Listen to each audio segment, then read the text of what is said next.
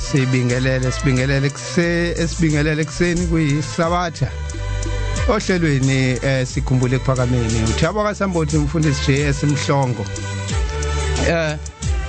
sekuphinde kanjalo umdali wezulu noMhlaba usephinde wasivumela savuka ngomsa wakhe sesingenile ke njengamanje ohlelweni sibingelele mfundisi eke sibingelele ngisibingelelo sasezulwini esithi mini yesabatha mayibenhle kwabangcwele sesingene sizokusho kodwa sikhumbule kuphakameni kodwa namhlanje ngaphinda futhi ngithi sibuya namajoka mangithi sibuya namajoka ichaza ukuthi so ngena ensimini endala ka1910 kuze kube 1976 sizothi ke namhlanje ngampela ngokudlule sasithi umqali wendlela wayelandeni entabeni namhlanje na ke sizokhuluma ukuthi kuyini lokho ayekulandile ubuNazaretha bona buyini bese singena kweyiningi indaba siyabingelela sibonga mfundisi wenkosi namhlanje ngesonto edlule sasikhuluma sithi uShembo wayesentabeni ehlangakazi elande uMnazaretha namhlanje ngicabanga ukuthi siqhubeka lapho kahle hle kodwa sesibheka uMnazaretha uthi masithi wayelanda uMnazaretha uShembe yini yona le ayilandile yini yona uMnazaretha ngoba kunenkinga la esithola ukuthi umuntu uyashada uMnazaretha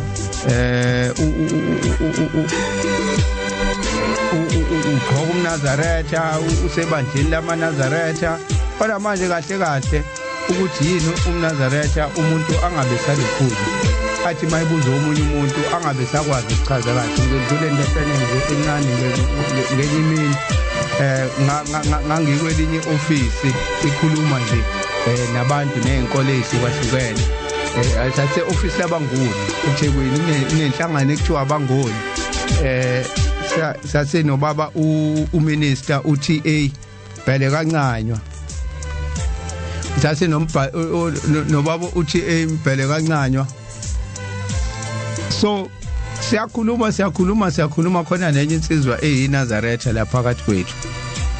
usethi sesikhulumile uyabona manihleli nabantu nikhuluma mhlambe ngenkolo nijulile uthola ukuthi umuntu ufuna ungena naye aphawule kodwa manje into enikhuluma ngayo ingaphezulu kwakhe isiyaqeda masikhuluma nje bese iyangena lensizwe besithi kuba konke nikukhuluma ngiyanizwa kodwa iyodwa into ekufanele nyazi uShembe uNkulunkulu hawu thuke wonke umuntu hawu lathi sikhuluma indaba ejule akaka endoda vele aqhamukisa isehla nje isithi uShembe uNkulunkulu ngoba kwenze njani avela sukuma ubaba uMbhele asukumise lensizwe esho njalo bese esukumisa omunye la phakathi kwethu akhipha 200 rand ephaketheni akhipha 200 rand ephaketheni bese nikeza lo omunye owumKristu bese lo okade ethi uNkulunkulu atlalela lo othe uShembe uNkulunkulu bese ethi lalela ke wena ngizokubuza umbuzo mangikubuza lo mbuzo uma uke wakwazi ukuphendula lo akunikeze lo 200 rand engimnike wona bese ethi ubaba uMbheleke iyodwa into engifuna ungichazele yona ichaza ukuthini igama elithi Nazarite kwathomba ukhi ubaba uMbhele sit down hlala phansi awazi uzositshela into engaka ukuthi uShembe uNkulunkulu kodwa awazi nokuthi yini iNazaretha awuzazi wena ukuthi uyini kodwa uzotshela thina ukuthi uShembe uNkulunkulu wena uqobo lwakhe awuzazi ukuthi uyini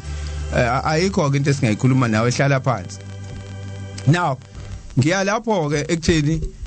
abantu bakhuluma izinto eziningi nezinkulu kodwa umuntu akazazi yena uyini ngizodlula nje kuleso sigatshana nje mfundisi ngenzela ukuthi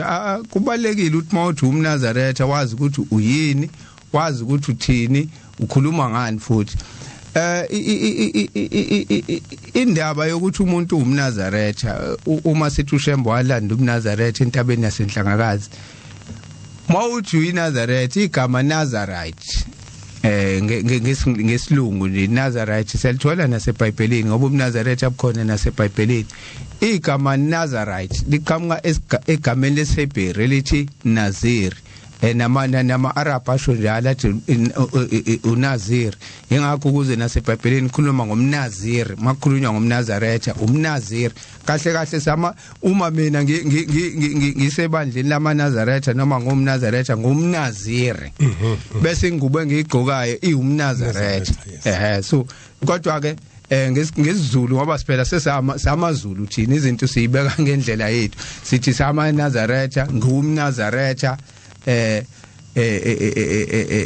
ingubo engigqokayo uMnazaretha kanti ngumNaziri kahle kahle kodwa kulungileke leli gama lichaza mfundisi noma uzongena kuyo le ndaba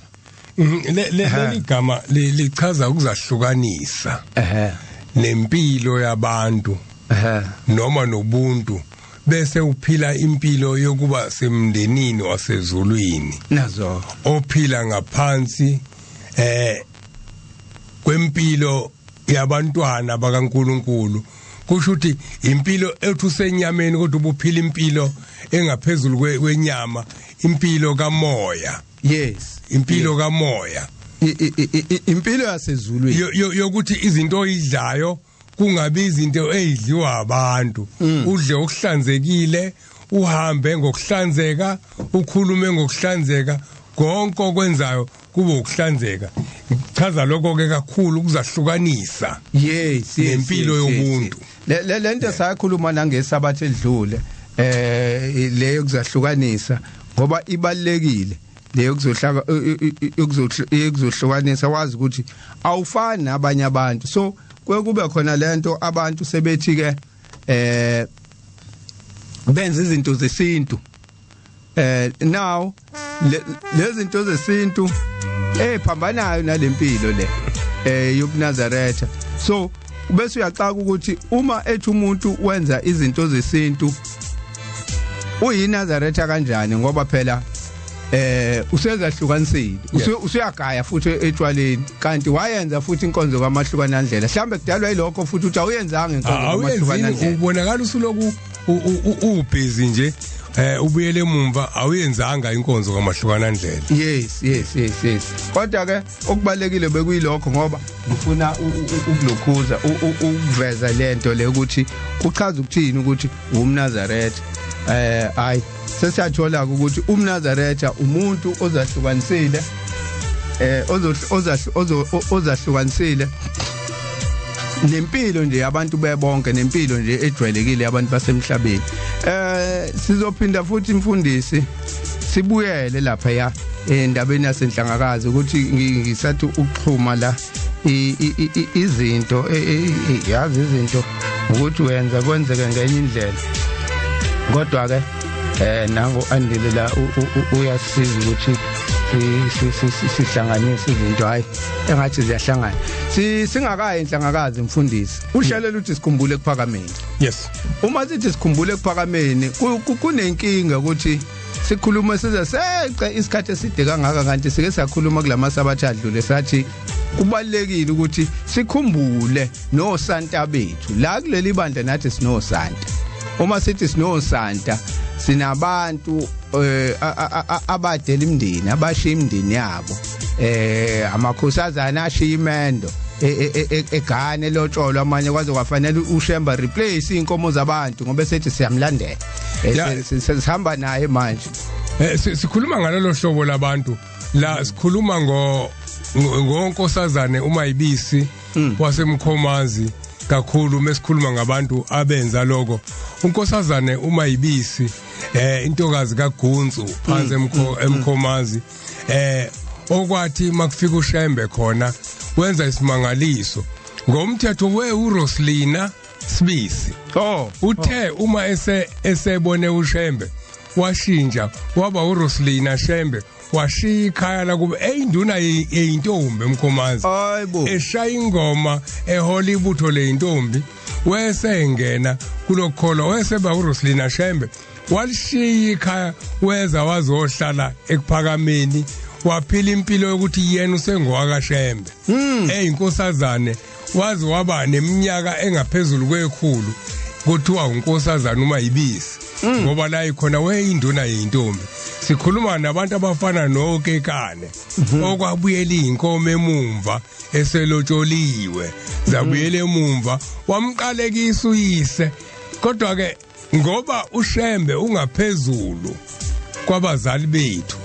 abalelo othulini lomhlaba nabaphilayo asisebenzanga leso siqalekiso yes inkomo zabuyele emumva zibuyele emumva izolo lokhu sokula emzini wasebuhleni la khona waqoqa imali yakhe ayithola empeshenini wayesethi batabami ngicela ukuthi nihambe niyongikhokhela isikweletu sikababa cisha ngifi nje ingoba ngashi umendo ubaba wathi le inkomo ezibuyele emumva ngiyoyifuna ngize ngiyifune ngisho emathanjeni akho uthi ke uKekane mesibiza uthi sengihambile ngaye enkosini bukhona inyanga yezulu uthi ngiyoyitshela ukuthi sengikhathele sengifuna ukufa lo muntu ngesikhathi esho njalo wayengenalutho engaguli kodwa uthi ngiyovalelisa ngiyothi sengifuna ukufa iyambuza inkosi indadala ufuna ukufa Kekane yini uthi baba ngikhathele ngibona ubaba omkhulu ehamba emhlabeni ngaphinde ngabona inkosi ila ngihamba emhlabeni konke lokhu kushaya inhlizweni yami akukho la kubhlungu khona kodwa bengingasafuni ukuthi wena uhambe ungishiye nawe njengalabo abangishiyila ababili sokushaya kakhulu enhlizweni yami uthi ke ubaba inyanga yezulu uthi cha awuyindawo wena kwahlala uKekane wangayilalela leyo nto wesecabanga uthi akukona ukuthi ngaphuma ekhaya ngiza la inkomo zabuyela emva kangilotsholwe ngazo weseqoqa inkomo wahamba wayikhokha kwangenzeka lutho wangafa futhi wahlala walinda ulinde isikhathi eside kuthe elele ebusuku wayesebona isibonakalisweni wabona bese emzini wasekuphakameni sikhumbule ekuphakameni akabonanga elala ehleli khona kodwa wabona esekuphakameni engathi kunesihle isihleke kusuke kusetshenzwa bekuthiwa isihle uma kuhlanza umuzi uthi kwakushanyelwe uthi uthe bona ubaba omkhulu umqali wendlela wayembiza ethi Kekane ozala yonke lento yenzeka ngoba ufuna ukufa uthi ngikhathele kodwa sokufikile ukuthi cishe uthi angifi nje ingoba kuneyinkomo ezabuyele emva mzwane mina ngithi ngikhetha uShembe kunazo zonke lezi zinto usethi ke ubaba omkhulu Kekane ozala basebenza bonke abantu mefika phambi kwakhe uyamkhombisa ukuthi ibutha lento methu uyabuka lento athi ayibuthe yindle angani abantu bayazi ukuthi yindle amangcola iloko okuphuma eswini ukade udla osobonakela usuyikhulula usukhipha ongasadingeki ufita kuyinqwaba phambi kwababa omkhulu uthi buthala uthi ke ngangaliphethe igeja ngangiphethe indiji kuphela yokubutha kulomsebenzi esiwenzayo uthi ngase ngigijima ngiya komunye unkosikazi ngiyothatha igeja ukuze ngicoshe lento uthi ngathi ngibheka le ubhombela umqali wendlela wayeyithatha ngezandla lento eyithathe yoyitshinga lapha uthi wayesedinwa kakhulu uthi utheme edinwa kakhulu uthi wayeseshiye ngasibusisile ngalelo langa uthi ngase ngiyisoltha ukwenzekeni kumina uthi ke uyibona ebusuku lento uthi kubhombela kuyena Kekane leyo ndle owangibambisa yona namanje isekhona ezandleni zami ngixoxa indaba yomunye wosenti abangena kule nkolo ngizoxoxa khona manje ukuthi uphenduka kanjani yena uKekane yes uthi ke uyayibutha lento ubaba omkhulu usethi ke lawo mangcolo wangibambisa wona ngezandla namanje asekhona ezandleni zami useyahamba ke uyako reporter noma uyobika kwinyanga yezulu ukuthi hayi ngibona ubaba omkhulu esho kanje sengiyacabanga ukuthi yikho kungafi nje ingoba ngabambisa umqali wendlela indle ngizokwenza njani isithi inkosi ke kuyena kusho ukuthi kufanele ke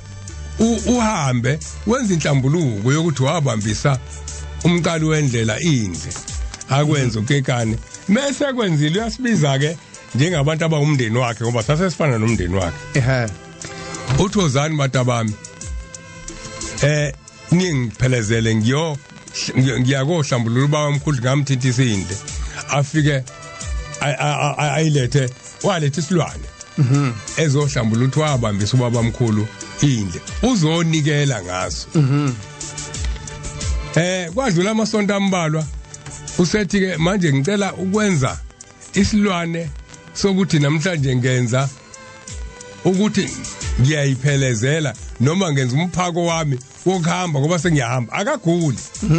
ngenza umphako wami ngoba sengiyahamba ngiyakhumbula abantu abahlale baze bakucela ukuhamba bekucela ngoba bazi ukuthi bayapi angeke singababizi sizofika lapho ngoba sikhumbule kuphakathi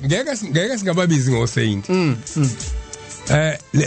wesesenza lesilwane wakhipha isibindi samnika ngiyamkhumbula eselele phansi esedozane nixhawule nonke sixhawule ngiyambuza ke mina hawu anti ngabe usuyahamba nemhlabeni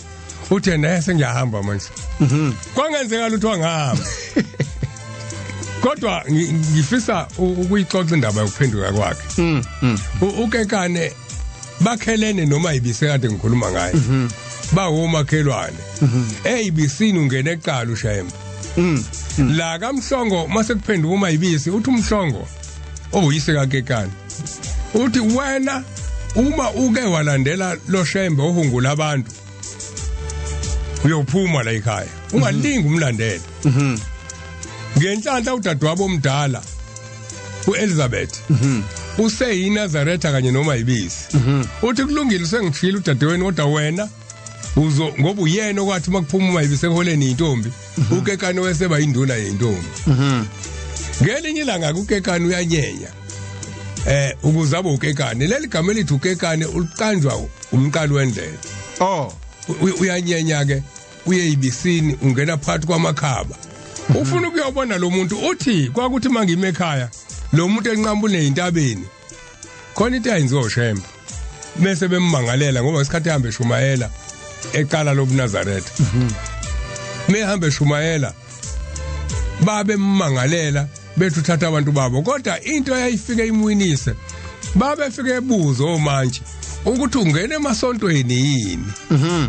bese kuthatha kangena emasontweni ibona abantu abaphuma emakhaya beze kuyena ukekane uyayichaza ke lento uthi ngiyangithi mangime ekhaya hamba kude uthi kwakuye kube khona into eguqukayo ngaphakathi esifubeni kumina kube ngathi ngingahayiza ngifane nentombi edlisiwe engeno ufufunyane uthi kuba ngathi ngingeno ufufunyane uthi ke wesenyenya ke ngelinye ilanga uyeyibisini ucashe emakhabeni uthi uyambona lo muntu uma usendaweni ekhanyayo lo muntu esendaweni emnyama ukwazi ukumbona kodwa yini uyakubona uthi wayibona le ndoda edabukisayo uthi bese zolethu hawo kanti kuthi angikhale nje lo muntu indoda encanyanyana nje obonayo le ndoda engathi ayidli njengoba bethi umondliwa akanoni ngoba ubabele izwe lobomi uthi incanyanyana le ndoda uthi ihleli imisa amadolo incike ngensiki ihleli phansi ihleli nasesihlalweni ihleli nabantu abasebephendukile ezibisini uthi ngizwe siyangimemeza lo muntu kodwa ungumema ungaze lapha wathi wena ntombane kaMhlongo wekekane phuma lapho ozala athawu nangu lo muntu esengimemeza menge ngangena lapha abantu bazohamba bongiceba kubaba ukuthi ngiyile kulo muntu kani ngikhuziwe uthi ngase ngiyangena ngaphakathi uthi ke ngalelo langa uthi lalela ke igama lakho usukekane ngoba umlomo wakho ubheke eceleni bayamazi ukekane igama lakho usukekane manje usho ngisesensimini engangiboni kumnyama la ngimkhona uthi ke kwahamba kwafika uJanuary kuyiwa inhlangakazi noma inyanga yomhlangano sithe siyayincana lento okubiza lenyanga ngoJanuary yes ngoba leli gama elithi January libeliphethe beliphatha isithixo kancane lizojwayeleka ukuthi eligama ngcono sithi umhlangano wasenhlangakazi singasho umhlangano waJanuary ngoba sojabula isithixo sipha umhlangano umhlangano wasenhlangakazi ngoba negama elithi inhlangakazi uyalizwa inhlangakazi kuchaza ukuthi kuyokhuphuka inhlanga ngeinhlanga ziye phezulu kwalentaba akekho wazi ukuthi la qhamukapi ngoba kube inhlangakazi engakafiki ushembe khona ukuthi uNkulunkulu wayi athi inhlangakazi kodwa intaba ehlangana inhlanga kodwa kuhlangana inhlanga kwase kuba inhlangakazi uthi kukekane usiyamthuma kuyise ubuya kophuza ezibisini kubo kamayibisi uthi kekane ngiyakuthuma namhlanje ngicela uhambisele udadewenu kulo shembe wakhe kulo shembe wakhe umhambisele naye imali kanti wayethe akafuna ukumbona esondele eduze kaShembe kodwa namhlanje uyamthuma uthi hambisela udadewenu imali yokudla ngoba uhambe ngenamali kulo shembe wakhe uthi ngasuka ngahamba uthi ngithemba ngiphansi kwentaba engangicala ukuya kuyona uthi ngezwe kumenyezwa kuphezulu kuthi intombazane yakamhlongo emkhomazi iyayifuna incegu uthi ngakhohlwa kusho ukuthi khona umunye umuntu wakamhlongo khona la wasemkhomazi ngoba imina phela wasemkhomazi imina futhi wakamhlongo akangazi lo muntu khona ke kuthi ubengazi waze ngani ukuthi ngiyafika ngoba ngiyafika namhlanje uthi ngazibaziba ngilapha ngisabuza kubantu ukuthi ngamtholaphi untombazane udadewethu Elizabeth wasemkhomazi uthi ngithe ngibona kwaqhamuka indoda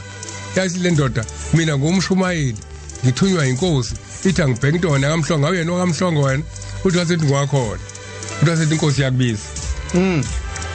uthi sathi sikhuphuka nale ndoda sikhuphuka intaba saze sayofika kuyena uthi bangifika ufika uthi uyabona ke intombazane namhlanje thina boshembe sihambile sala bokuphuza khona uyihlo ezibisini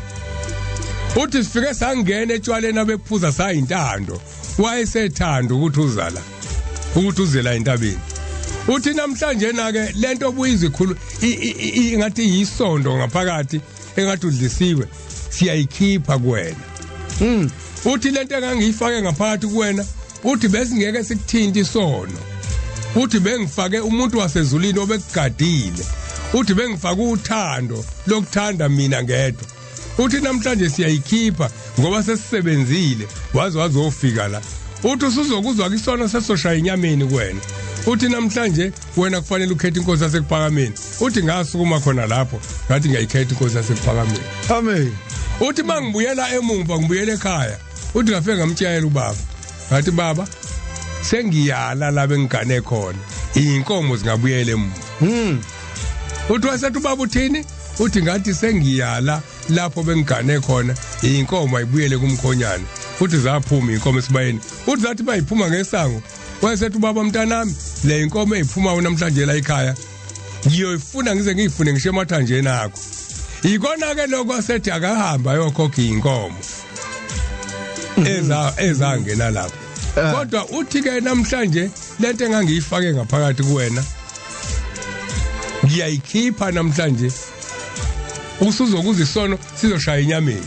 lento ibikugadile bese ngiyeke isono sisondele kuwena uyiseke wahamba umangala enkantolo emzinto emangalela uShembe wafika washo lona lelozwi ukuthi angingeni mina emzini yabantu kodwa abantu ibona abaphumayo beze kumina ngime entabeni omunye wosenti ngoba ibalekile lento lobahlala esisho uma abantu bekhuluma ngabantu abangasekho ukuthi kubalekile ukuthi sikhumbule abantu abangasekho ikhona ukukhumbula abantu abangasekho ubakhumbula kanjani ungakhulumi ngabo inkinga yethu iyafika la yafike yonakala khona ushilo wathi ukekane nasenumndini la eNazaretheni niyingane kaShembe zonke namhlanje umuntu umndeni wakhe abakubo laba uShembe athi akenze inkonzo yamahlukahlukana ndlela nabo wangayenza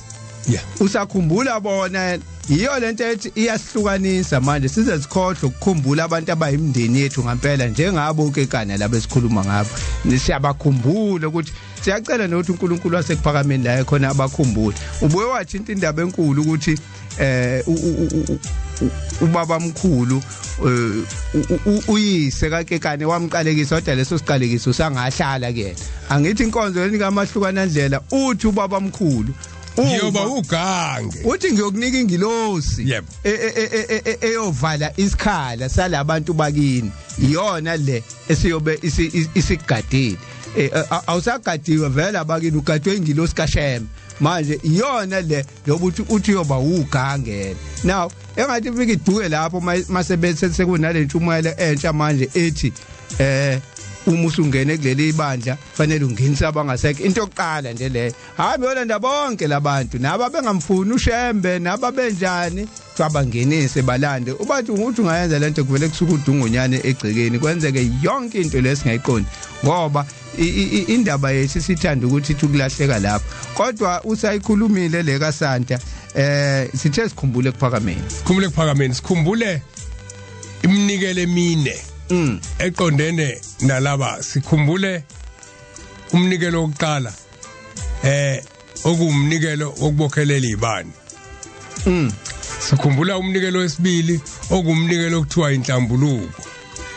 sikhumbula umnikelo wesithathu okuthiwa kubavulela amasango amaphi lamasango amasango okungene kuphakameni sithi sihlabelelo sikaShembe ngenye indlela uShembe mefika la uzosifundisa ukuthi uma sifa siya emzini wamaNazaretha okhazimula ngaphezulu kwelanga nenyanga la umkhokheli wakhona emunyevo kuJehova kuphela inkosi enamandla manje ngaphambi kokuthi ufike kubona udlula kuJehova awukhulumi nabo asiyilungisele lezindlu esizakhile isemakhaya abahlali kuzona asiyibeke kahle asiyibeke kahle abahlali kuzona ngenye indlela zifana zona ziyithempeli la uxhumana ngoba akungeni umuntu ongcolile kuzona okudala engangena umuntu ongcolile ingoba izona oya kuzona uma ufuna ukukhuluma nabo noma ufuna ukubacelela intethelelo loNkulunkulu abahlali kuzona noma ufuna ukubacelela njengoba kuthiwa khona ukubavulela amasango amasango obavulela wona ubavulela kanjani amasango omuzwa ingcelo sekuphakameni ubuzwa obafaka la ekhaya la ekhaya la khona uthuka khona inhlamba la ekhaya la wenza khona zonke izinto ngoba phela sifuna abantu mebehambe emhlabeni bahambe bayezulwini yebo manje ezulwini mase bebuya beza la emhlabeni khona incwadi elapha so usebenza kangaka umuntu uhambile ushiswa ilanga uye enhlangakazi uhamba o23 o14 wenza yonke into uShemba emgidini liyashisa liyana njani usebenzela ukuzala igcikeni usebenzela ukubuya segcikeni cha usebenzela ukuya emzini wamaNazaretha okhazimula ngaphezulu kwelanga nenyanga mhlawumbe mfundisi ngoba kukhona la sofika khona angishayi ikhanda ngithi usebenzela ukuye kuphakameni amen ake ngibadide nje abangaqondi ngamabomu ngithi usuku usebenzela usayibuza ekhanda lakho ukuthi ingane kuphakameni kusenanda siyeza lapho sizoyicacisa lento ngoba ikhona esihlabelelweni kodwa ngibuka la ukuthi sekufanele singene kule yomunye wosanta engicela sidlule kuyena mfundisi indaba yakhe ayindeke yena kangako njengeka nkosazane ukekani umuzi noma siqale la ukuthi kuze kube khona umuzi wasekuphakameni uShembe walenta abazwe uvelaphi umuzi wasekuphakameni ngoba siyakhuluma ukuthi ekuphakameni kodwa asikuvezi ukuthi umuzi wasekuphakameni wavela kanjani sizothi mase sifika lapho bese sithinta indoda eyenza isimangaliso umfoka gwacela mase sifika lapho sothinta ugwacela lokhuza enika uShembe umuzi wasekuphakameni ilapho sesongena khona ke manje omunye wosanda asingene khona abenza asingabe salibala singene kuyona le ndaba le kaSanta ugwacela uyabona ke le kaSanta ugwacela sizobambisana noThabo Sambuthi kodwa ugwacela wenza isimangaliso ugwacela wethenga indawo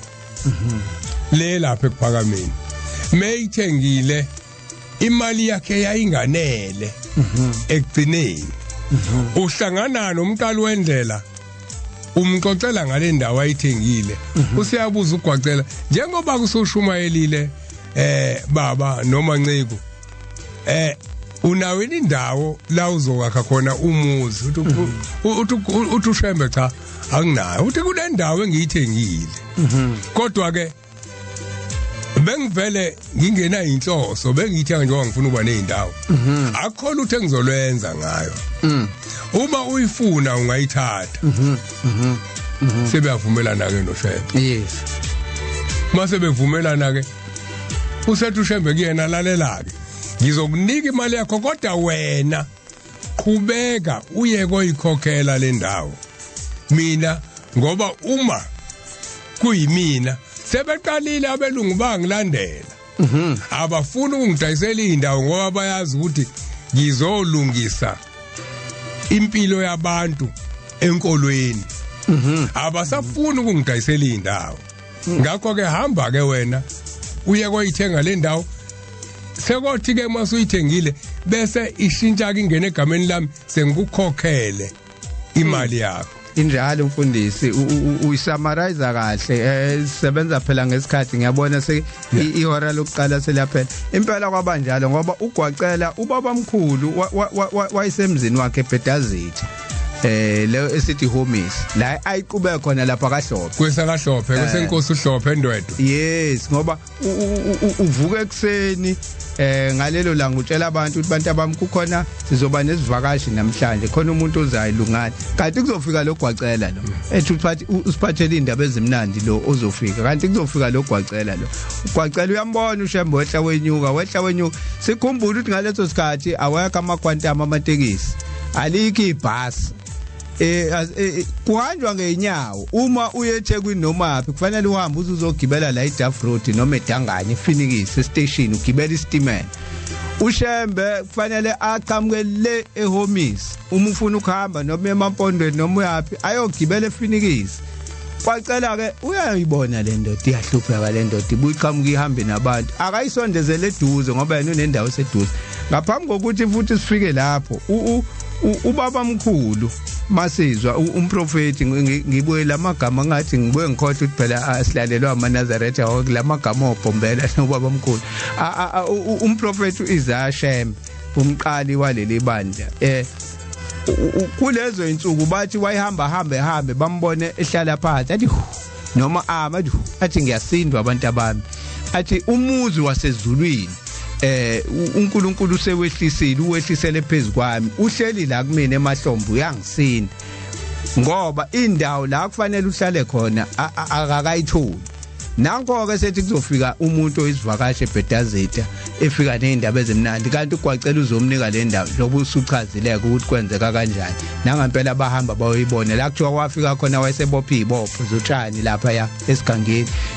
kuboshwa kuzibe uround athi la indletshili yawazi ke wona amagama ezindlu zasephakameni athi wayiqamba amagama zingakakhiwa ngisho kwakhiwe ebopha izibopho wakamasango abamane wakamasango kuphakama wabopha yonke into kodwa ibopha ngotshani lento ngoba lo muzi wasezulwini uyawazi so iplan yawo ukuthi uzowakha kanje kanje ukuphakama kwehle umuzi wasezulwini wezemhlabeni so sikhumbula ke futhi sithi uNkulunkulu wasekuphakameni akhumbula ugwacela ugwacela wenza umsebenzi omkhulu namhlanje sikhuluma ngokuphakama nje yile nsizwa yakagwacela la emzini yakhe emaqadini okuyiyona yanikela ngalomuzi ubaba mkhulu awukhokhela kodwa uyena wacabanga ukuthi akanikeze ushembe le ndawo so womunye wosanta abantu leligama losanta nje lizozelamba libadide kodwa abantu abamaKristu nabaphuma emarumeni bayazi ukuthi yini usanta abantu abangcwele abantu abenza izinto ezinhle abathi mase behambile laba bangalena ke noma Roma bese bethi usanta abantu abenza izinto abahlale babakhumbule so thina sinenkinga yokuthi asibakhumbule abantu abenza izinto ezinhle phakathi kwebandla lamaNazaretha ngicabanga ukuthi ekagwacela mfundisi sidlulile sike sadlula ekutheni ukuphakama isihlabelelo ba 49 yebo isihlabelelo 49 imfundisi sikhuluma yona le ndaba yokuphakama sithini isihlabelelo 49 sikhuluma yona indaba yokuphakama leso sihlabelelo sithi lapho sengiphuma emasangweni asekuphakameni mangihlobe ngiphelele hayi wenhliziyo yami mawunikele umoya wami imnduzi yasendle uhlobe uphelele lapho sengibona ngikushiya ukuphakama manje nake siyacaca lena ukuthi khona ukuphakama okushiwayo usuye kuphakameni okusha ngenye indlela indaba kaShembe isimangaliso lapho siya khona siye kuphakameni ngoba kuphakeme sisuke kuphakameni okwehla ezulwini ngeintambo kwehla emveni kokuthi kufika ugwacela uthi ubaba ilanga ngelinye ilanga uthi lo muzi wasekuphakameni awakhiwanga njengeminye imizi yakhiwa ngezandla kodwa wakhiwa ezulwini wasiwehliselwa la uthi la emhlabeni unamasanga amane kodwa ezulwini asazi ukuthi unamasanga amangaki manje sihlabelele lapho sengibona ngikushiya ukuphakama mawuhlobe umoya wami ungadingi lutho lapha sengisondela ensimini sasekudini ngiyakujabula ngiphelele sengiye kuphakameni nayo ke lento kade ngithi angishaya ikhanda ngithi mina uma kukhulunywa ngekuphakama kukhulunywa ngomuzi wasezulwini umuzi wehliselwe emhlabeni nayo ke isihlabelelo 49 sithi mangiphuma ekuphakameni ngiyekuphakameni so ukuphakama kusuka ezulwini originally kuphakame sezulwini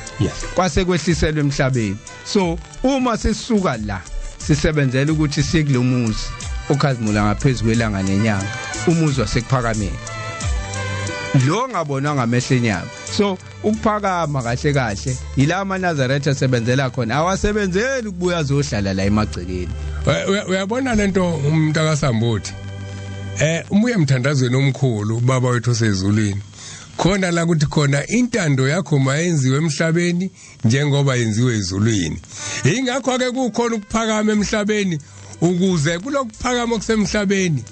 sihambe ngendlela esiyohamba ngayo sesisezulwini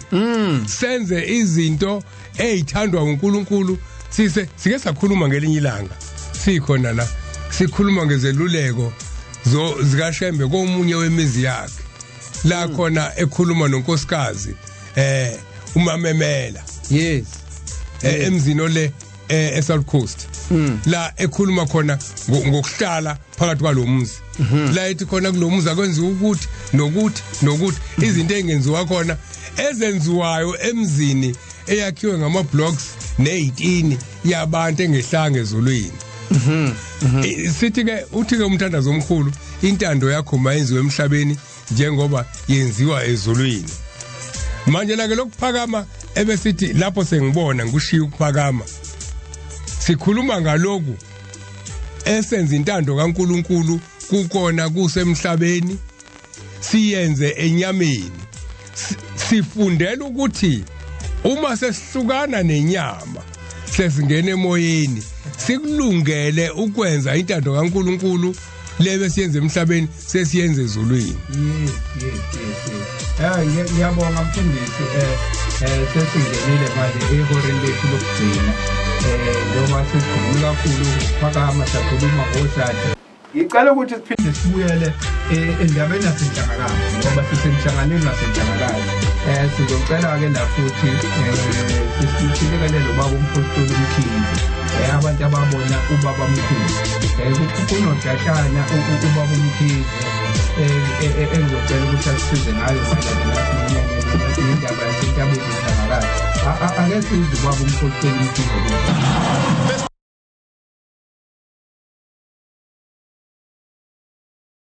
uma esefika enhlangakazi ethunyiwe yizwi ukuthi wafika entabeni wamenyezwa izwi lathi khuphuka wafika wahlala emgedeni yamatshe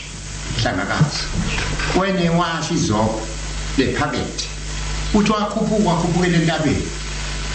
wakhanya inyanga kwakhanya sengathi uma inyanga umbalele uthi lathi izibheka eningizimu uthi waphenduka wabheka eningizimu uthi kwaqhamuka inhlanga zindiza bibha sibhakuza zafike phezulu kwakhe ngaphambi kwakhe emkhathini zaloku sibhakuza lathi izibheka enyakatho uthi kwaqhamuka amasaka idathuliwe amnyama ngcolile ebhakuza amasaka emnyama afika agqaqeka phezulu kwalezi inhlanga uthi zaloku zibhakuza inhlanga lathi izibheka entshonalanga uthi kwaqhamuka amayadi engu elephuka nawo afika la anawo agaxeka phezulu kwalamasaka phezulu kwalezi inhlanga kwaloku kubhakuza lathi izibheka empumalanga uthi kwaqhamuka izimpaphe eziningi amaqhube empaphe phethuka impela ziza impaphe niyazazi impaphe zayeza zafike zabunganyela zahlala zaphezulu kwalezi zinto uthi lathi izibhekisisa ke shem uthi kwaloleka uthi kwasigqoko kwasibonde sigqoko eside uthi lathi iziqaphela uthi ke lesi sigqoko ke saqoqeka sayibhola elikhulu elimnyama kwatha buka uthi mase kuyibhola ebhekile etshenwa yizwi sephezulu entabeni ebusuku uthi kwase kuphuma izinkanyezi kule bhola kwathi hlakahlaka kwaphuma izinkanyezi kwaguquka ngapha kuyaluza konke lokhu kuyale kwathi uyabona lo yebo Nkosi amaNazaretha abantu uyobafika njengofika nje bayilezi zinto zonke umase uyobahlanganisa babinto ibenye njengaleli bhola lesi sikhathi kwase kuphuma izinkanyezi ke kwakuba ngapha sahlakazeke ezimhlophe kwalathi izoba mbathisi ngubo emhlophe njengaintabeni isigqoko ngibemhlophe silala sigqokile nje eyila izalwa khona lapha akhonjiswa yona khona nhlangakazi uthi ke wabe sehlala ke izisuku ezu7 nobusuku obu7 nakahle uphuza amanzi ulindi ngalo lusuku kuzosakubusa usuku lika8 uthi wamenyizwa izwa phuma futhi ohlala khona entabeni ngazi niyani ke niye entabeni niyabona lapho kugezwa khona abantu inyawo lapha begezwa khona lapha besigezwa khona inyawo lapha ya entabeni ecaleni lapha mawukhomba uthi kwathi lapho ke wakhomba lapho ba uthi ke kwaqhamuka umuntu kwaqhala izinsimbi la emadolweni njengomuntu okhubazekile eza kuthi ke qhala izinsimbi uthi amehlo akhe semgodini ephumathi phuma ama-robots abovu aphuma uthi waqonda kuyena ngqo uthi kwathi angibaleke lathi izwi ungabaleki ungambheki bheka phansi uthi wadlula wanqamula washona ngale ngakawosiyana qondana nangasethempelini kodwa ngasehle mangathi mangisentabeni ngikhombe ngikhulume kahle ngibe ngikhombe lapha kwakhonjwa khona uthi washona lo muntu usuku bosuku lika7 uzosakube usuku lika8 uthi ke lathi izwi kusasa uyahamba uyaphesheya kothukela enjuku emakhosini uhambe enyaweni zengilosi lapha kunyathele khona ingilosi uthi nempela ngahamba kanjalo lapha kunyathele khona ingilosi ngahamba enyaweni zengilosi ngaze ngafike ohlala ngihambe enyaweni zengilosi njalo baqonda edanganya kuthiwa sePhoenix ke namhlanje Phoenix uthi ngafika khona isitimela simi phezulu kulayini lathi izingilosi ekuholayo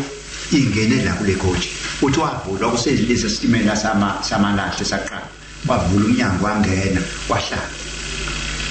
uphume usuka entabeni lithe izwi uyaphesheya othukela enjunkulu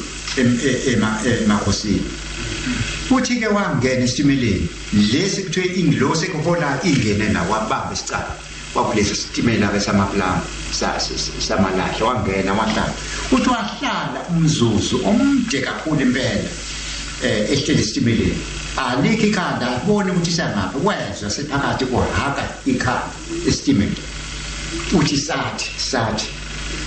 uyisa bhekeza seThekwini uyapi emampondweni uthi bantu abame ngihlangabezanga ingilosi yaphesha kothukela ngahlangatshezwa ingilosi yamampondo ngaba ubhombela isitimela samampondo usuke entabeni eyaphesha kothukela uthi ngihlangatshezwe ingilosi yamampondo wafika enqabeni esiteshini ubhale ukuthi enqabeni uthi izwi lathi ke ehlala ingilosi kuholayo iyehlekele wehla enqabeni wabheka lesifundeni senkosi yakwamaca yasemampondweni kaMpofana lapha ngigane khona uma efika kwabamkhulu lelizwe waya kwaMpofana waya emampondweni wafika lapho bamukela uMpofana lo umfowabo umkhwami omdala idikoni anganoma eBaptist noma eweselini weyidikoni yoba kusabiza ukuthiwa kwamdikoni onesitolo sakhe kwakuthiwa kwamdikoni esitolo baphumela eminyango bahlangabezana nobabamkhulu hawu basabona umuntu esingamazi kulelizwe wathi ngithunyiwe uthunywa ngiwuthumekile ngithunye izwi likaJawu weseza uMpofana uthi lo muntu kanti umzali wakhe hayi ngene endlini bangena wangenisa kaMpofana waxoxa ngendaba zokholo letha amanzi wageza walala wasemisa la kaMpofana eseshumayela sekukhona umuntu owayegula eyisisho eneyifumbe ezintathu sethanda ukukhokoba la isiqaqele sukele emkaleni zehla nomhlanje sithanda ukuthi uyagula futhi wasebikwa lo muntu lo muntu sethi akalandwa amafutha uveselini esezipholisha lezifumbu ngoveselini esezipholisha lezi umisile njalo la kaMpofana saqhuma sokuqala sabhudluka ulobe egezwa isulu uyamnesa lo muntu saqhuma esesibili uyamnesa njalo saqhuma esesithathu waze waqonda lo muntu waphila base besuka abantu bale emampondweni sebeleko beza ke kubaba omkhulu esishumayela ke kuleya ndawo usuke kuleya ndawo ke waseyiqamba le ndawo wayiqamba ngesilungu wathi use-foundation niyazi i-foundation uthi kuseqaleni makwakhiwe indlu kumbiwe umsele esizulwini simba isiza uthi indlu asiyibeke endaweni eyi-11 ngomthetho ngabe wayiqamba ngesizulu ukuthi la kuseqaleni kodwa wayiqamba ngesilungu wathi kuse-foundation thempeli lakhona indawo yokuqala ubaba omkhulu efika kulelizwe la enzansi emampondweni futhi emampondweni lawa enguku baba omkhulu ephuma enhlangakazi usuke enhlangakazi yaphesha kothukela fengene isitimela ethi uya ephesha kothukela isitimela sabheke enzansi eThekwini uthi ngihlangatshezwe ingilosi yamampondo ayinhlangabezanga izwi ngisuke leli ngisuke izwi lingithuma phesheya kodwa abami ingilosi yakhona ngihlangabezanga ngihlangatshezwe ingilosi yamampondo ngingaba ubhombela isitimela samampondo wafika emampondweni lapha amisa khona kaMpofana waze wasuka khona esizale emthwalo egospel afika wamisa ke gospel 1910 1911 1912 1913 udla kulelizwe ngo-1914 ngonyaka osihlanu wawela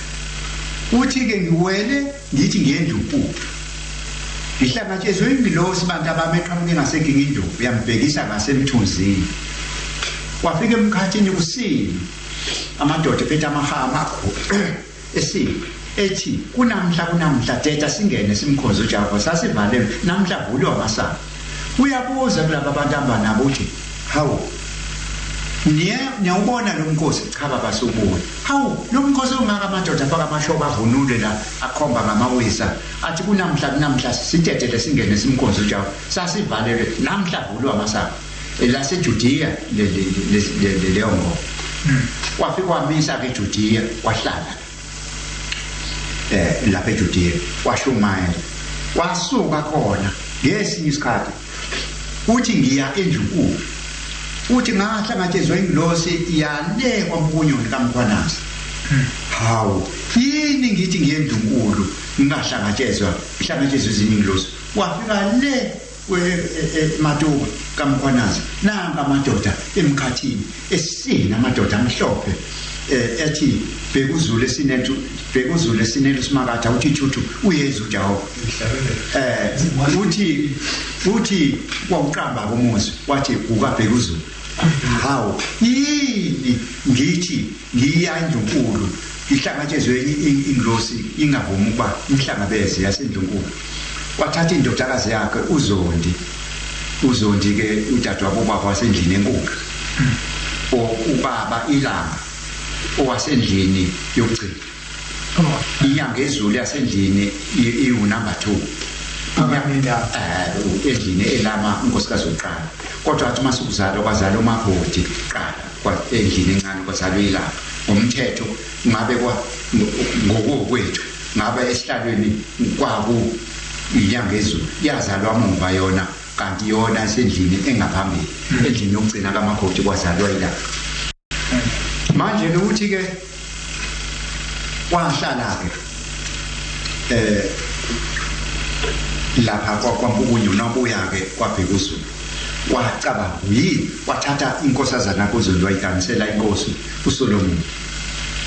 ayikhona uthi noma uyayiheha ngoba izwi phela lali imthume khona ukuthi ngoba abantu abathanda ukugana isifazane kabantu bakaZulu ucabanga ukuthi mhlambe kuzoza kube ngcono ayikhona akavuma ukuphenduka ubani kwamqonda manje onasi isihlabelelo sakwa wathi uyabizwa ngoSolomon umntakadini uZulu ukuthi umuntu kaJawo yabo lutho akasabeli thi uzoba manje ababoni niyalibona ukuthi njani manje hayi ethe kuze isikhathi lothi izwe mase izwe kohamba wathi wakha isihlabelelo esamashumi 45 uthi bengimemeza ubusuku nasemini mbosana umthandazo yena wathi umthandazo mbosana nisihlabelele leso sihlabelele sumthandazo nithi zizwe lalani uZulu azwakala ezulwini kade sivinjelwe abafokazana phansi zizwe lalani Zulu zizwe lalani uZulu azwakala uthi kuyohamba kwamba abantu abami amaZulu azwakala ezulwini izwe libuyele kubani kasibani balesi sihlabelele so basesizwa thina aboshembe lapha sikhona ukuthi nanku umthandazo uphuma emhlabeni wamaNazaretha uthi ke ngaleso sikhathi uJawa uzobasebenzisa abelungu ubusuku nemini bazokwakha amabhlorhwe aqinile akasemende lawa mabhlorhwe hey adlo ulwazi uJawa uzobasebenzisa ubusuku nemini abafana bethu bakwakha amabhlorhwe aqinile akasemende kuyohamba balani ngoba lokho ngikhulumayo abanye phakathi kwenu kuba bengasekho abanye bakubona balani kuhambe eniyobona abo babekhona kokwakhiwa uJawa uzobasebenzisa usuku nemini abelungu bakwakha imigaqo eminye ohamba phezulu kweminye imigaqo njenganibona nje yaprofethwa lemigaqo yohamba phezulu kweminye imigaqo kwathi ngaleso sikhathi mase kwakhiwe leyo migaqo phezulu kweminye imigaqo uthi ngoba isikhathi leso okusuka impi enkulu emhlabeni wathi nize ningahlali edolobheni phakathi komuzi kwabathi khona inkomo leThekwini wathi imali zenu ezemabhenki bawuhamba nazo kosuka impi enkulu abelungu bengafuna okuphathwa ngamakhabula abantu koliwa kakhulu wathi bawuhamba kobilo wathi mina hamba phesheya imoto abantu abami nozithenga ngompondo abathathu oyishiya yonke into la ngaleyo nogijima phezulu kwegazi logcina emadolweni begijima abantu eThekwini bangazi ukuthi bayaphi begijima nje konakele ezweni ngaleso sikhathi izwe loba seliphethwa abantu abamnyama ngaleso sikhathi bedinwa umbuso bephethwa abantu abamnyama laba abadelelayo wathi niyokubona lo kodwa izimali zenu zimabhange nize ningazibeki imali zenu emabhenki ngalesikhathi masophetha abantu abamnyama ngoba kosuka leyo mpi bahambe nazo imali zenu zibe ncane imali enizibekele nizigcinele imali ngaleso sikhathi manje lesi sikhathi siyasibona thina lesi ukuthi lesikhathi siyakhona lesikhathi siphezulu kwaso yasondela yiso siyasibona uyabona kuya ngoDisemba besikhathi kuzoba khona ukhetho uma nikhumbula ukuthi laphi ikheshana kaMkhize masibonge kuyingqalabutho kosanta bethu kuleli bandla njengoba sikhuluma ngosanta sikhuluma ngobaba uMkhize u1918 ubaba umpostoli uMkhize ubaba umpostoli uMkhize umazi ngamehlo ushembelo esikhuluma ngaye akamuzwa ngendaba abantu abambona abantu abayazi indaba yakhe so ukhuluma into eziningi njengoba sengimbamba manje khona la ngafiki afike khona kakhulu ngoba usekhuluma ngeindaba ezakhulunywa ushembe ngesimo samanje emhlabeni kodwa nathi ebe ngijahile emfundisi yiyo le ayikhulumayo iyokwenzeka enhlangakazi ubaba omkhulu ebona isibonakaliso sesindwangu lezi ezayiphethe ukuthi uyothi mayehla la enhlangakazi uyofika emhlabeni abantu bezinto eziningi abaqoqa ushemba benza into eyodwa bese bafaka ingubo emhlophe into ayibona leyo ubaba omkhulu umprofeti ephezulu kwentaba enhlangakazi bese kuba ile eyesibili ayisho ukuthi leli gama elithi ubhombela ngoba lokho elivela igama ubhombela enye into ebengifisa ukuthi vele icace kahle ukuthi kwenzeka kanjani abo ubhombela so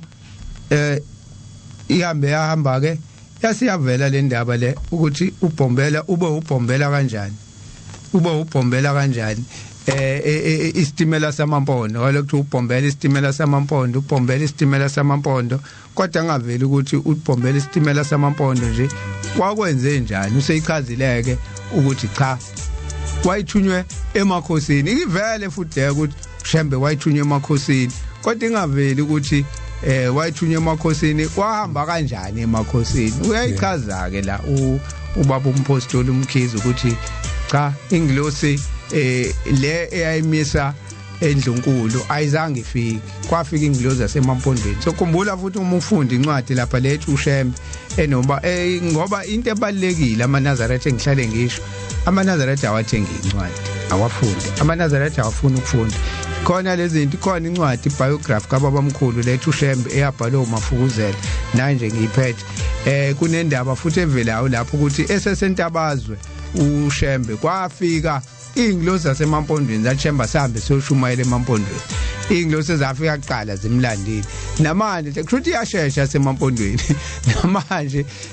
kuthiwa kaye kaZulu ingilosi kaZulu ihamba kancane yafika kuqala yasemampondweni yamthatha yamshova enzansi la afika khona ithempeli ke lokuqala la kama ifika enzansi waqamba ngegama lesilungu futhi wathi se-foundation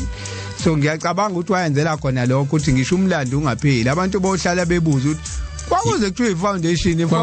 kwakwenze njani liyazi isho ke igama wathi foundation uMnazaretha le ahamba akaze azofika esikhathini samanje ubaba uMkhize sesibona iyo lehlaba umxhwele le akhuluma khona ngempe yosuka siyabona kuyanyakaza manje siyabona manje uma ethi kuze isikhathi la ningayibeki kakhulu ningahlali emadrobheni ethi ushembe ningayibeki zonke imali zene emabhenki ngoba kuze isikhathi la kuyoba khona ukuxokozela emhlabeni kuze isikhathi la kuyoba khona ukuxokozela emhlabeni la kuyoba khona impi eyosuka siyabona manje leso sikhathi ukuthi njengoba ngikhuluma manje 2022 kunokuxokozela kuthiwa uma ungajovile ungenayo ipassport ivaccine passport indawo ethila uyingeni uyabona ukuthi kuyakhona futhi kuzogcina kuthiwa imali yakho awuyitholi uma ungajovile ngoba ujovile manje ushembe wayikhuluma le ndaba uyayibona le ndaba futhi ukuthi lento yakhulunywa ushembe kuzoba nenkinga nasemadrobheni uzowagcina ungakwazi ukungena kuthiwa awujovile awukwazi ukuya lapha njengoba sekuqaliwe manje sikhuluma into yamanje kuthiwa abantu abaningi njengoba kufanele babuyele emsebenzini kuthiwa uma ungajuvile ngeke ukwazi ukusebenzela. Uyabona indlela yokuya emadrobheni yaqala iyavaleka. Wathi uShembe ningahlali emadrobheni, wayethi uShembe asihlaleni emakhaya, asilimeni, asenzeni inthathe ekupheleni kwalomthandazo thabathi igeja lakho ulimi uzophila ngakho. Wakusho uShembe ukubhale phansi kukhona, kodwa thina abantu asinakanga, kodwa le yonke lento akhuluma ngayo iyasifica manje. Khona isaga ebesisho ngikhumbula indaba ye vaccine le esokukhulunywa ngayo. Khona isaga ebesisho manje sigida samashesha ngena. Siyambonga ubaba esakhela amabheshu, wahamba ubaba waya kaZulu, sahlale sahlupheka, sihlushwa abelungu befuna ukusijova, kungavunyiwe sijove umnonkolodo lo. Namhlanje angazi noma sikhuluma kahle yini, ngoba ekuphakameni noma ebuNazaretheni sisebenzela ukuyezulu yini, ukuthi manje uma sesizovikazeka ngemnonkolodo into ama 50s 60s le siyambonga ubaba esakhela amabheshu, wahamba waya kaZulu, sasale sahlupheka hlushwa abelungu befuna ukusijova. Sasibaleka sicashe indoda eyayiphethe ezempilo kwakuumadlala. Uma udlula ebranchini yasohlange, umuzi wamadlalo lapho. Yes, ngiyakwazi. Uyena owayehlola ngisho ukuthi ama-toilet ambiwe nenhlangakazi. Yes. Sasibaleka meqhamuka ngoba kuthiwa singajovi umnonkolodo lo. Angazi noma sokushintshile yini manje. Nayo ke indaba mfundisi esiyakuyona khona ngiphethe incwadi la ebhalwe uMrs Wells, uNelly Wells. Indaba kaNelly Wells kukhona la ebhale khona, ngithi ngiyibheka le ndaba le sengilibala ipage layo yazi into masuyifuna uxhamazela ngikhonduzwe lento isho ngoba ubhalile uNelly Wells la ukuthi uShembe wathi amaNazaretha azangajuvi, amaNazaretha angayidlimiti. Namhlanje angazi noma ukufunda kakhulu khona kwakwathi kumina sikhuluma nje le into ekaShembe eyisheza ayisho babamkhulu, wathi hayi phela nini ngikhuluma nesifundiswa njalo, wathi sathi sifundiswa hayi phela nini anibweni khodwe into eyodwa ukuthi uShembe wayengayile esikoleni. Ngabona ukuthi yabona imfundo sibuye senze iphukuphuku ngempela, ngoba manje sebethi ubona ngoba bahambile baya kubelungu bafunda futhi sebazi kangcono kunoShembe. uShembe phela wayengayile esikoleni, yingakho namhlanje lezi izifundiswa zithini zithi asambeni siyojova, asenzeni ukuthi ngoba lento abayikhulumayo into abayifunda esikoleni. Uyabona mntaka Sambotho sayikhuluma le, kade sikhuluma noMkhize. uMkhize wakwehlelwa isimangaliso lo Mkhize ade khuluma. Uxabana nendoda eyinyanga, mase exabene nayo indoda eyinyanga eNazaretheni awugcabi, awusebenzisa umuthi. Isithi le ndoda iyommangalela enkosini yangakubo ukuthi ihambile ayobethela kaMkhize. uMkhize akayikhokhela, ifuna ukuphoxa umsebenzi kaShembe ukuthi la kaShembe kunabantu abadla imithi. Iyahamba yommangalela, mase kufikiwe lapha ithi inkosi ezothetha icala likaMkhize wabethelaphi wamgcaba noMkhize. Ithi inyanga ngamgcaba, yayithemba ukuthi uMkhize unazi inhlanga ezindala ayigcaba kwenye inyanga. Sokuthiwa kuMkhize ukhumule, mekhumula uMkhize wengenazo uhlanga nolodwa. Kodwa inhloso yale inyanga kwakuphoxa uMnazaretha, njengoba abantu kasebenyenya nje wasokhona ifonyo njengathi abanye bajabulile uzofihla intshebe ngesifonyo ayinyangeni afika agcabe. uMkhize uthe mase embulwa wayebuvuka uMkhize, kwangatholakala nolodwa uhlanga lenyanga ukube latholakala uhlanga kuMkhize wayezofika le nyanga nazi le inhlanga wayishawa yimini. Kodwa kutholakala nolodwa uhlanga kuMkhize. Abanye osanta labo abangenayo ngaphansi kosanta uMkhize labo esikhuluma ngabo abasekho emhlabeni, kodwa nanka amazwi abo namhlanje bayakhuluma basasitshela indaba zikababamkhulu, bathi wathi bhalani abasitholanga isithuba sokubhala bona kodwa naku bakhuluma indaba yayiselekthini ukuthi thina lezi zinto abayikhulumayo siyakwazi ukuthi siyiqoqe bese siyakwazi ukuthi siyibhale ngoba phela wonke umuntu unendima yakhe ayidlalayo ngoba namhlanje sihlele emsakazweni nje indima nathi esidlalayo nabanye kunezindima zabo ihlukahlukene uneli Wells le ngikhuluma ngayo yabona sengithe mangiphequlula incwadi yakhe lethi Shembe the Man and His Works sengithola igama likagwacela umzi wokufa gwacela buka belungu bakwazi kwasuka umlungu wayolanda lo mlando waze wabhala ngisho igama ubhale ngisho indawo le ukuthi he was now in the position to buy 38 acres of land in the Nanda district from Zokufa gwacela ukuthi umuzi wasekuphakameni u38 hectares lo owathengwa ubaba mkhulu ugwacela ngala ngaphakathi ayisethi ngaphakathi khona abelungu babhala ngisho ukuthi ama-acre mangakhi wayithenga nini eyithenga kubani cabanga besibhalela umlando wethu ingakho uShembe la ikhuluma ethi izingane zethu lezi abelungu ngoba wayazi ukuthi bayakwazi bona ukuthi njengoba bekhona phakathi khona izinto ngempela ngabe zixoveke eziphelile kuba belungu abekho kodwa manje ngokuthi ba abantu abazazisayo izinto ezamagugu ngayelakho kungayelabo kodwa bayakwazi ukugcina into thina sikwazi ukugcina into yethu nje asikwazi ukuyigcina kweyethu siyabhidliza nje yonke into nje siyabhidliza buka namhlanje ngikhotsha incwadi ebhalwe umlungu Nelly Wells ngiphethe ngala kwesinye isandla incwadi yabhalwe umfundisi uMafukuzela nokhona lokho uMafukuzela wathi uShembe wandisa mhlambe ngesabathe ezayo inkosi mayivuma so ke sifunda ukuthi wabhala ukuthini ephepheni ilanga ngoba likhona lelo phepha ilanga leli elaphuma mhla ubaba mkhulu ehambile libhalwe ngoba nale ncwadi le abantu kufanele bathenge incwadi ikhona incwadi ezitolo Adams Books ikhona incwadi nakumele iyatholakala ungangithinta uma uyidinga lencwadi ethi uShembe okuyi umlando kaBaba mkhulu oqala awubhala lokho ngesilungu kubizwa ngokuthi biography sikwinanda 88.4 FM ekseni kuyisabatha sihamba nomfundisi uJS Mhlongo uThaboka Sambuthi lo sikhona futhi ungasithinta lapha ya ku WhatsApp we inanda 88.4 FM uphinde usithinte nalazi khona ingcingo bakwethu othanda ukufona inamba ethi 031 5109709 eka WhatsApp ithi 0604650345 uzosithola futhi lapha ku Facebook page inanda 88.4 FM ngiphinde inamba yase studio 031 eka WhatsApp 0604650345 uzosithola ku Facebook page yethu inanda 88.4 FM uzoyithola futhi inamba siyibhalile lapho ikhona iposter nomqali wendlela enobaba mkhulu enomprofeti Izashembe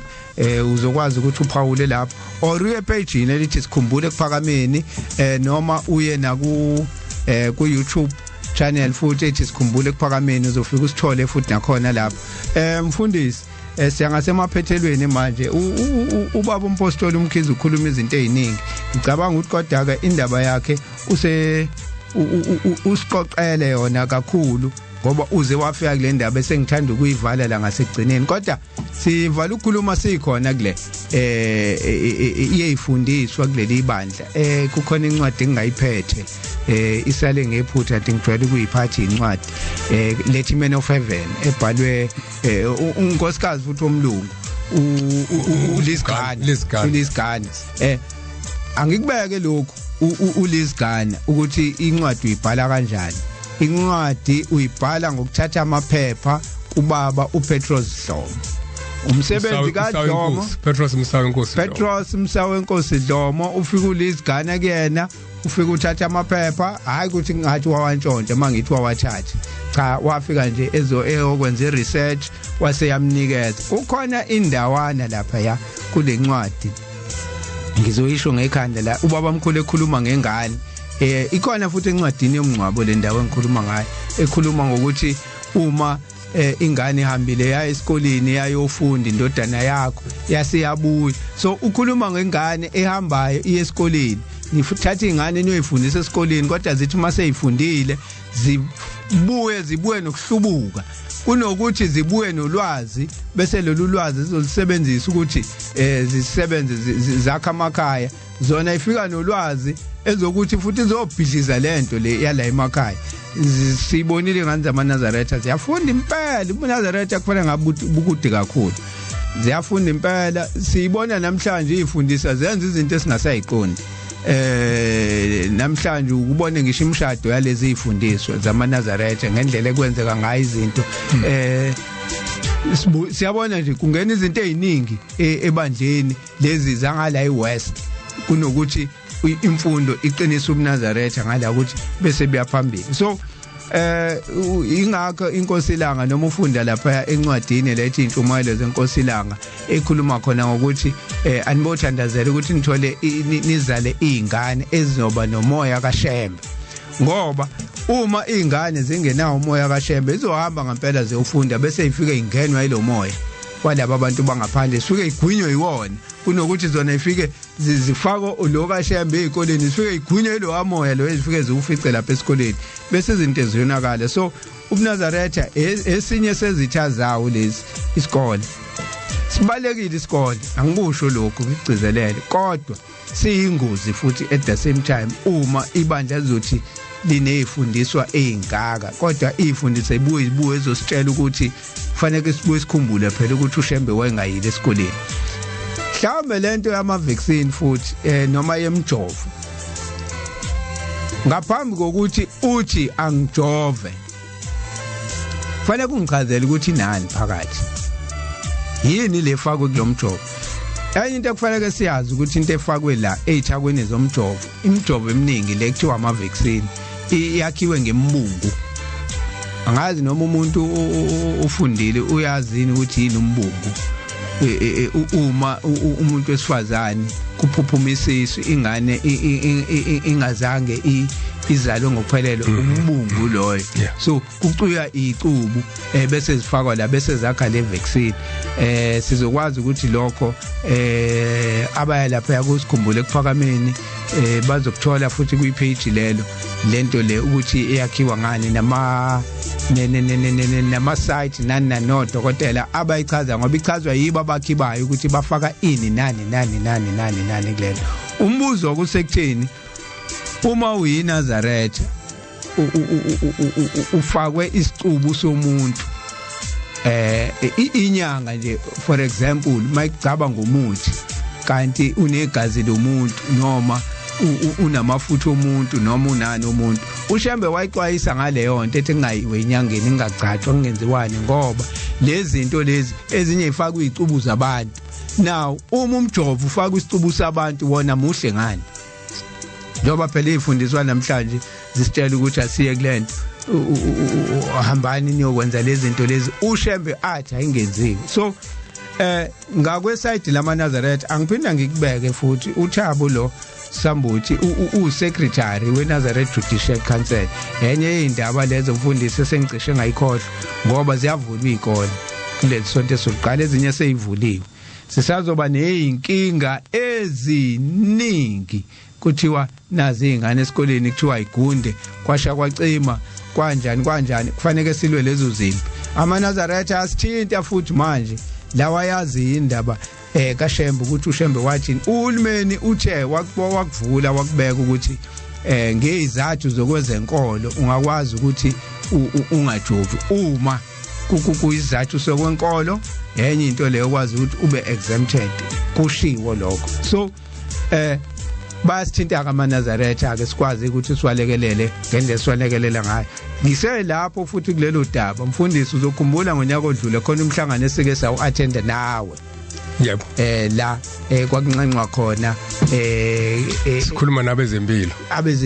benxenxa nabafundisi benxenxa abafundisi abezempilo ukuthi abagqugquzele amakholo ukuthi awajova uzokhumbula umbuzo owavuka lapho esagcina singasabizwe emhlanganweni awuyikhuluma ngabe ngisayikhuluma ngedwa ngathi ngangiyingedwa sakhuluma nabo sase sibuza ukuthi ake besisize kungabe ithako eyifakwa kulomjovo yithini okwakudala sibuze lokho ingoba thina njengamaNazaretha khona izinto esizahlukanisile nazo sifuna ukwazi ukuthi kulomjovo akukho yini okufakiwe okungahambelani nezinto okufanele ingene kuthina njengabantu asebezahlukanisile ngoba kuthina kuhlu kufa sifikela sisebenzela ukuya khona singavinjiwe izinto ezifakwe kuthina singazi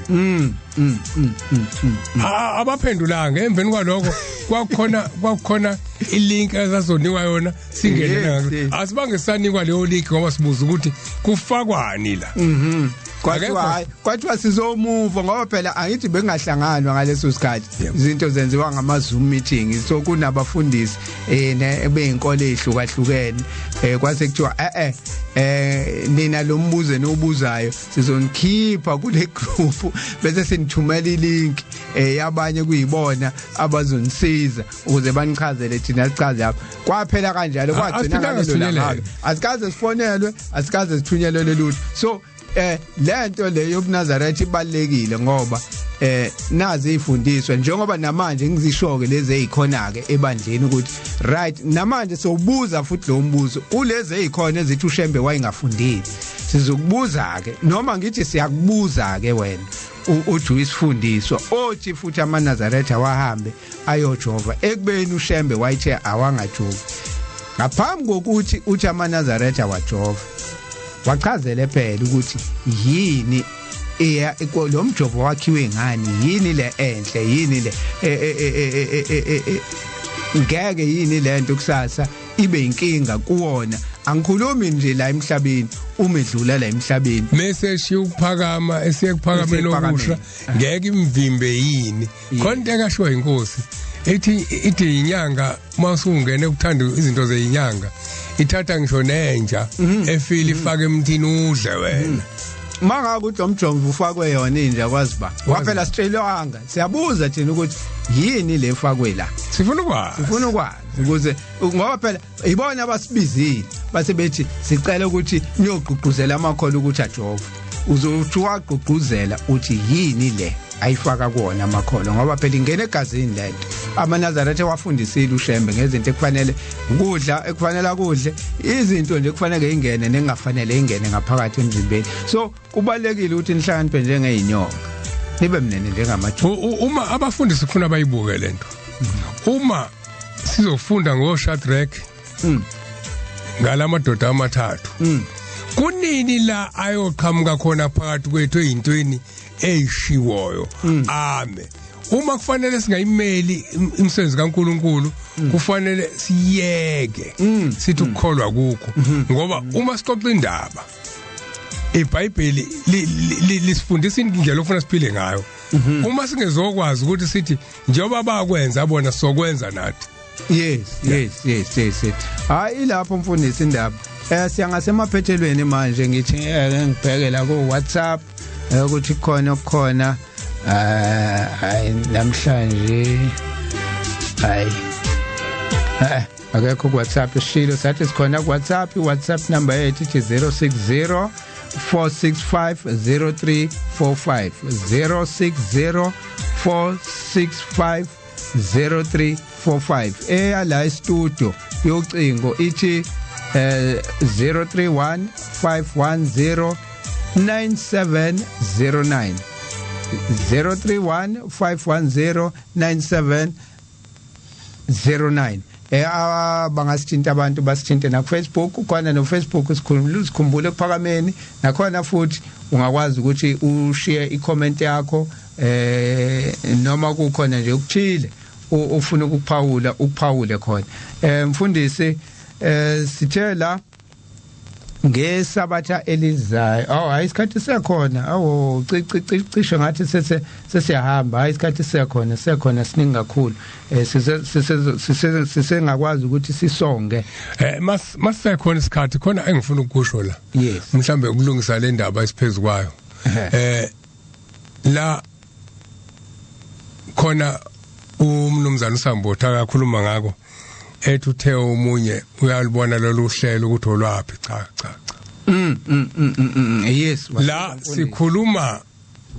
ngendaba uMnazaretha nathi sikhumbule ekuphakameni isenqulumeni asikhulumi indaba manje yemizi emisha sikhuluma indaba yoMnazaretha ngaphansi kwenkosi umqalo wendlela naselangeni asikhulumi njoba ngila ngisohlangothini engikulona ngiwasokhona inhlangothi kodwa ngizile uzokhuluma indaba yohlangothi yes konke ngikukhulumayo ingoba ngikwenye indawo kodwa ngikhumbule ekhaya ekuphakameni ngikhuluma kwasekuphakameni konke ngikukhuluma la okwasekhaya makuba buhlungu okwasekhaya ekuphakameni zibuza ukuthi wena kanti wakhishwa yini ekuphakameni noma wakhishwa ubuhlungu bemthetho kaShembe umqalo walento esikushola makubhlungu kuwena ngoba ngenzeka uzwe kubuhlungu umuzwa kubuhlungu sokumnandi la ukhona yazi ukuthi wena awukhishwanga phela kontayisho ubaba ilanga ngaphambi kokuthi kuhlukane ukhulumile uthi kuyohlukana uthi kodwa ngelinye ilanga uthi siyolala kokunye sivuke sokunye ukuhlukana lokho akubanga isibusiso kuyinkokhelo siphezulu kwenkokhelo inkokhelo ke kusuke kuyisikhathi sosizi sesikhathini sosizi ngakho ke thina sikhumbule ekhaya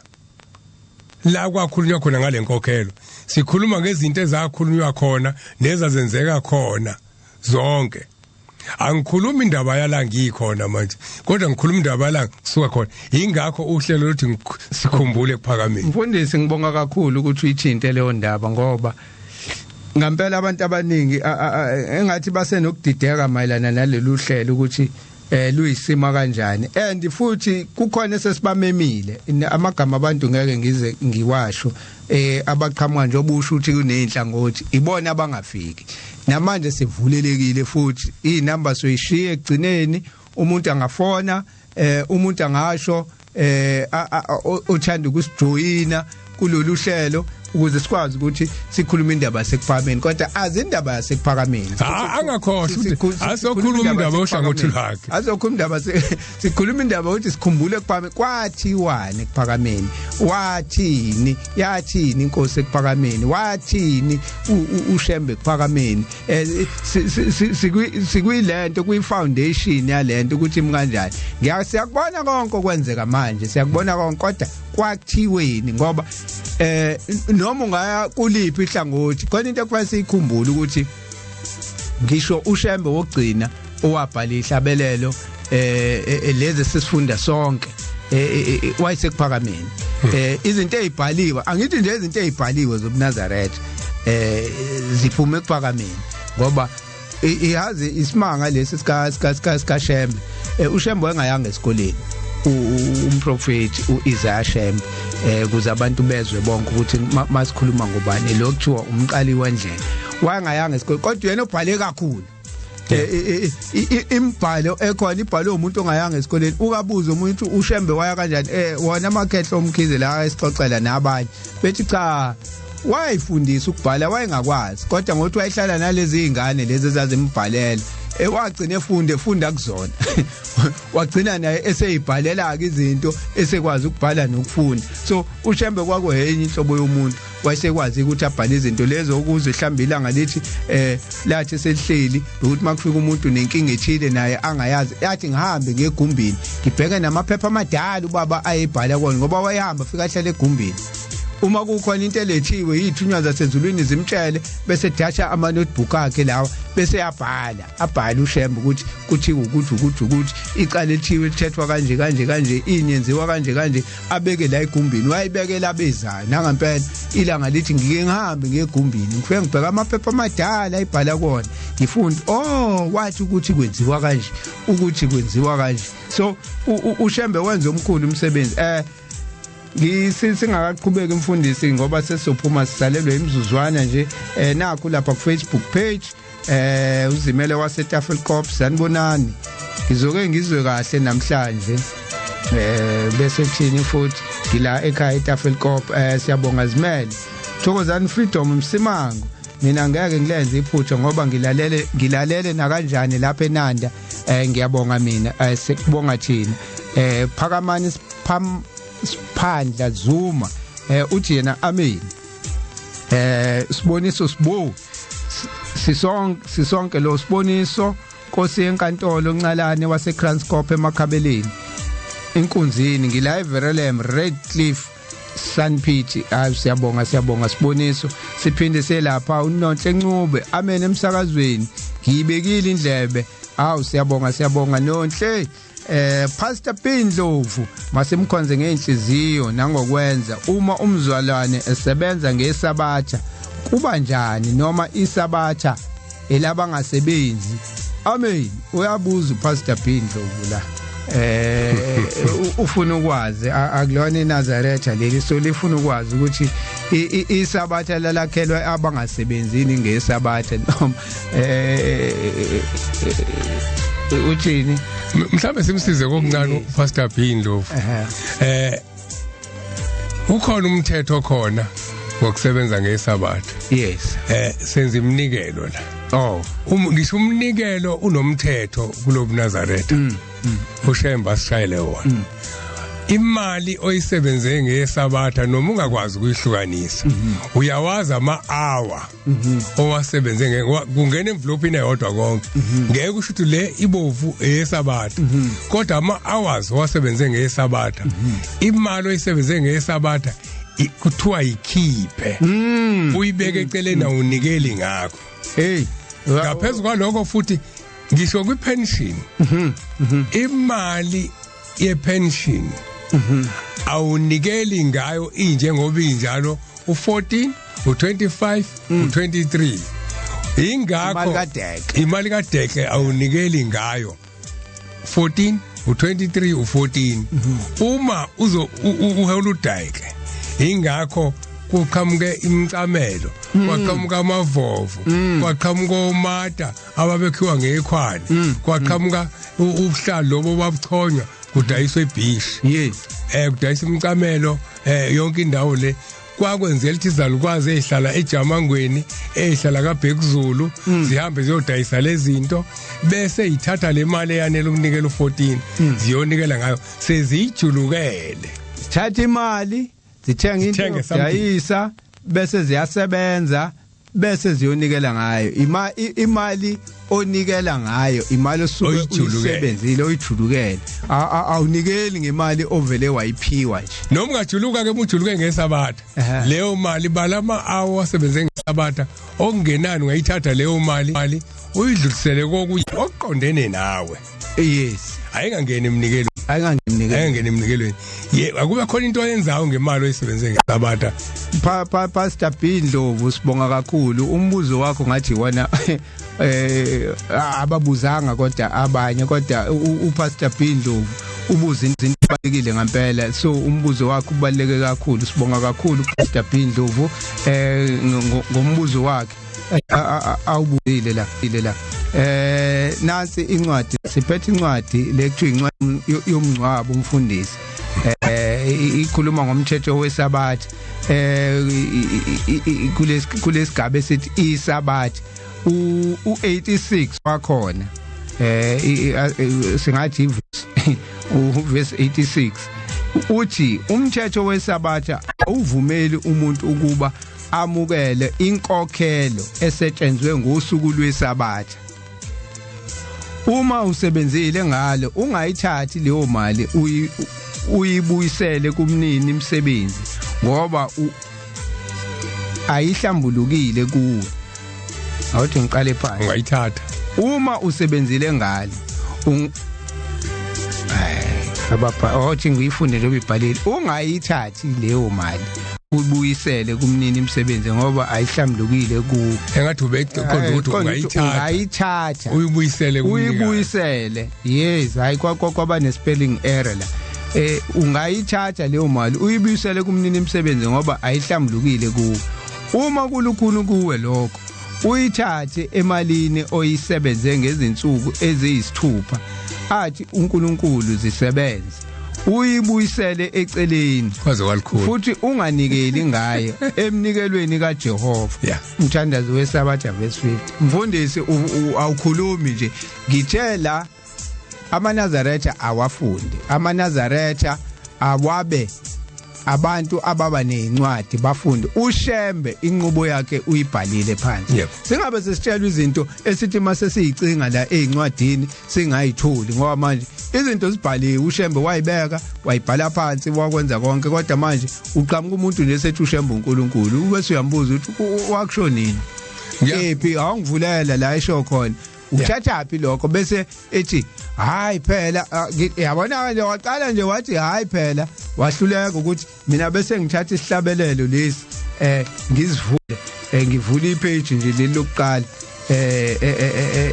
elinefoto leli kababa mkhulu elinomqalo wendlela ngithi mina nakho la kubhala ukuthini afunde umuntu umprofeti Isaiah Shem manje kubhaliwe esihlabelelweni ukuthi lo umprofeti Isaiah Shem mhlawumbe ke sebekhona ke abawonkulu ngoba asazi ke phela ziyashintsha izinto ngikuphikise kakhulu ngoba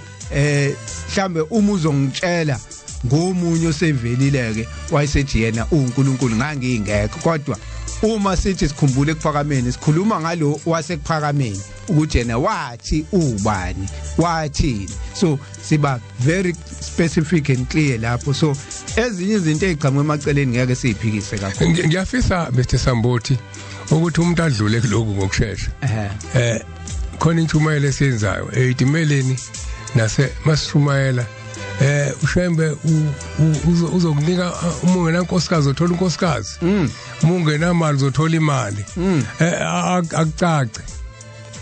into enkulu ushembe ayizele emhlabeni ukuzokhombisa abantu indlela eya ezulwini yes ngaphezulu kokukhuluma ngezinto ezisindisa inyama ngoba masubhekisisa uma sikhuluma ngokusinda kwenyama kusho ukuthi nabathandaza abanye nezangoma zithunywe uNkulunkulu ngoba mase sikhuluma ngokusinda kwenyama nje njalo sikhulume ngeigameko la ushembe akezanga ukuzoveza igameko ingakho umuntu akusisa abafundisi abaningi abaphendula umqalo wendlela kwabafundisi ababefundile into abaphendula ngayo babengagulelwa ngane babengaswele lutho kodwa wakhuluma indaba yasezulwini kanti emasontweni bokukhuluma indaba nje yasemhlabeni yokuphila kwenyama wafika wabatshela indaba yasezulwini base bebothi lo muntu uvele ezulwini bamlandela kunjalo mfundisi isikhathi sethu manje sekusela imizuzu emine bese siphuma sihamba sizocela ukuvalelisa mfundisi sishiye nezinamba sibonge kubo bonke abasilalele kuze kufike lesikhathi sibonge futhi sinensizwa yakamwandla la umwandla esilekelelayo nangembhalo la sithi mase sikhohlwe izinto sekufanele phela ngoba esitudio seziningi incwadi eziningi ngidlalile manje kuba ngcono makhona nozobuye silekelela awavulela ama-page athi pheqepheqe ashesha ayithole insizwa yakamwandla la usandile ufo kamwandla sibonge kakhulu ukusilekelela kone seno andile umdidiyeli wethu la naye useyinkinobheni sithi mase sixakeka ukhona uyasihlanganisela izinto ezihlangene sibonge mfundisi wenkosi ungashiya imininingwane ushiya inamba yakho mfundisi ake ngivalelise kodwa ngaphambi ukuthi ngivalelise ngiyafisa ukuthi ngoba la angizokhuluma ngokuthi ngiya kanjani la ngikhona abantu abafisa ukwazi ukuthi la ngihleli khona imaphi njengoba ngumfundisi umhlongo okolunyelwe inhlangothi abafuna ukwazi ukuthi ngiya kanjani khona abafuna umlando wakhona nginawo 060 6131 515 060 6131 515 ngiyobathumelela na ku WhatsApp ukuthi umlando wala ngikhona sifika kanjani siyigenye ezinye siqala kanjani kumaphi la sizokhuluma 1910 to 1976 kodwa bafuna ungithinta eceleni abangene ngizobatshela ukuthi ngenyizini kumkanjani ukuze umuntu engalothe hey umhlongo wabhayiza mfowethu sikwazi cha ngifuna ukubona ukuthi bese ngumxoxela indaba uzothi ngabhayiza yes hayi mfundisi wayibeka kahle yacaca yes into enhle leyo inamba lezi ukuthi umuntu akwazi ngoba manje umuntu uzokhala ukuthi hey simthola kanjani umfundisi cha uzomthola ku WhatsApp uzomfonela athi umuntu engimfonelile ngimthole mthumela uWhatsApp ngoba phela umfundisi nje ingani kunemsebenzi eminingi uyayenza so akathola kanjalo uthabo kaSambothi lo Nkosi mayivuma ngesabathe ezayo futhi sophinde sihlangane sithi sikhumbule ekuphakameni inamba ke yami ozongithola kuyona 076 054 3833 076 054 3833 uNkulunkulu anibusise siyabonga mfundisi amen